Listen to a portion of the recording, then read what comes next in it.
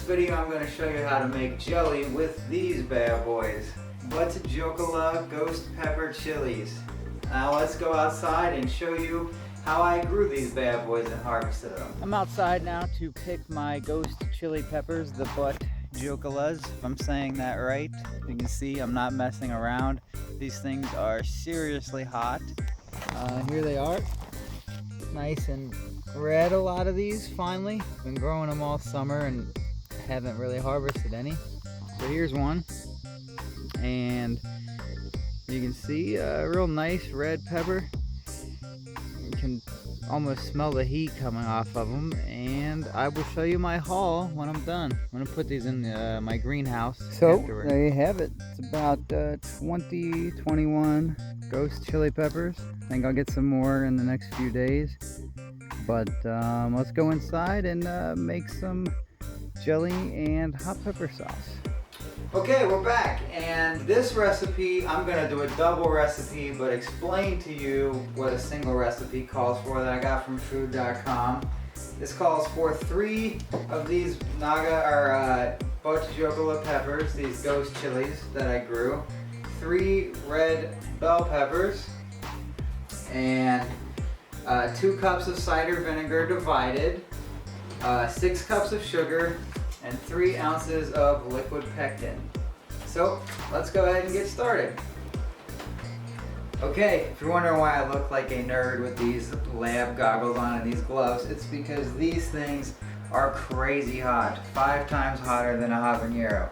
The first step here is to puree the peppers, all of the peppers and the vinegar together. It says in a blender in this recipe I got off food.com, but I'm going to use my food processor. And I'm doing a double recipe, so here we go. I'm going to go ahead and add in 2 cups of vinegar for me, 1 cup for vinegar for you if you're doing the single recipe.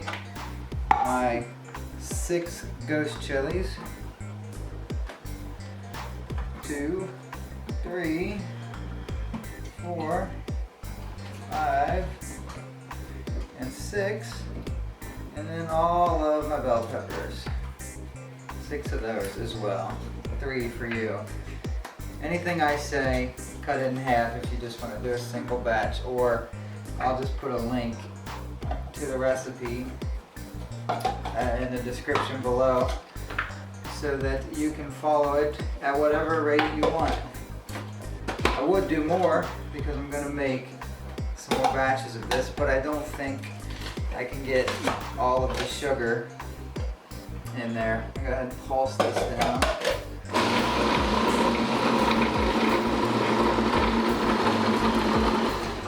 Add in the rest of these. Oh, I can smell the heat coming off already.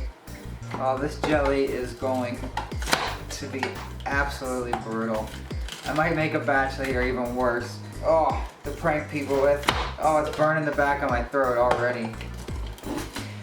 And I was seriously considering eating one of these whole.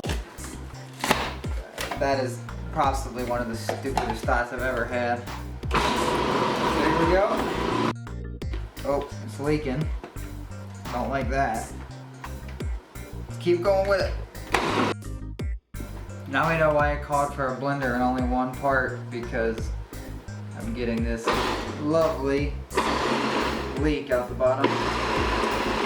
So, lesson learned there. Only do 1 batch at a time. At least, you could do 2 cooking, but only do 1 at a time for the mixing part.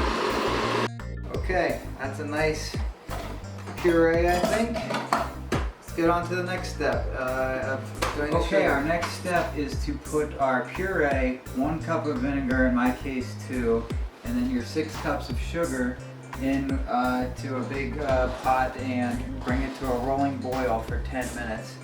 And at this point, I would seriously consider maybe doing this outside if you have a burner, or getting a respirator, because this is cutting deep into me. So let's go ahead, and here we go. I already got the puree in there. Adding my 2 cups of vinegar. In your case 1 if you're doing just 1. And I ate a whole bunch of sugar.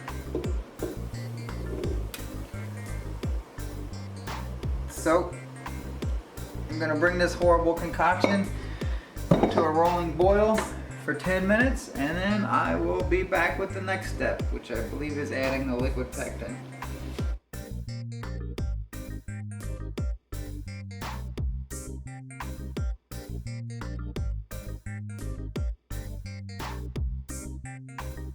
Okay, we've been at a rolling boil for 10 minutes. It's been pretty difficult to keep it down. It kept trying to boil over on me. It even succeeded once. I found that this agitated motion here, as opposed to instead of stirring, this agitated motion has worked a lot better. But now I'm gonna add in 6 ounces of liquid pectin. If you're doing a single batch, just 3 ounces. It comes in 3-ounce bags most of the time. I think always, perhaps. And then after I do that, I gotta bring it back to a rolling boil for 1 minute, and then it'll be time to put it in jars and process for 10 minutes in a water bath. Okay, we're nearing the last step. The next thing you want to do is ladle your boiling hot mixture. This was boiling for a minute with the pectin in. You want to ladle that into your jars and wipe off the rims, put on your lids, and process them in the water bath for 10 minutes. That's what this recipe calls for. You want to leave about a 1/4 inch of head space at the top of the jar, and then when that's all said and done, you're going to want to let them sit overnight at least, to check to make sure the seals are good. And from what I read, it should be good to keep for about a year. Okay, so we ended up yielding 7 pints, and we'll go ahead and process them in the water bath canner. And the recipe calls for 10 minutes. I think I'm gonna go a tad bit longer than that, maybe 12 minutes, just to be extra safe. But I think that covers it for the video. Like I said, be careful with this. It's going to be extremely hot. You know what? I'll come back at the very end because I had just a tad bit left over. I'll taste it and see if it burns my face off. But except for that, I think that if you learned anything, you can use a blender. I think it's better than a food processor. Stir like mad in an agitated motion for the 10 minutes that you're boiling it, and you'll get about 7 pints. So if you were doing one recipe, the single recipe that it calls for, you get about 3.5 pints. I don't know what that'd be in the little jelly jars that I use sometime. So you could can 3 and keep half ready to eat right away. So we'll be back with me tasting a little bit when it cools down. But that's it. That'll be the end of the video. It's gone on long enough. Okay, here comes something I suspect I'm going to regret thoroughly. But I had a little extra and it has cooled down enough, so I'm just gonna taste it and see how stupid this is.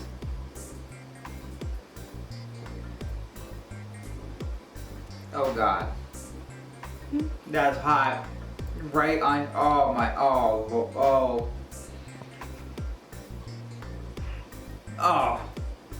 Right on your tongue, all over my mouth, right on my throat. Oh,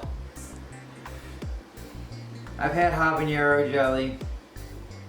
This isn't that far away from it. It's hot, but it's good. It's not gross. It's so hot, but it's tasty. Oh boy. It's not that much hotter than habanero jelly, and it's kind of delicious and kind of terrible all at once. So that's it. It's pretty good if you can handle the heat. It's definitely hotter than like Frank's Red Hot, way hotter. But if you can handle heat, it's good. If you can't handle heat, don't mess with this. Yeah, it's a pretty good recipe. It's in the description below. Like, comment, subscribe, all that good stuff. Thank you for watching. Have a nice day.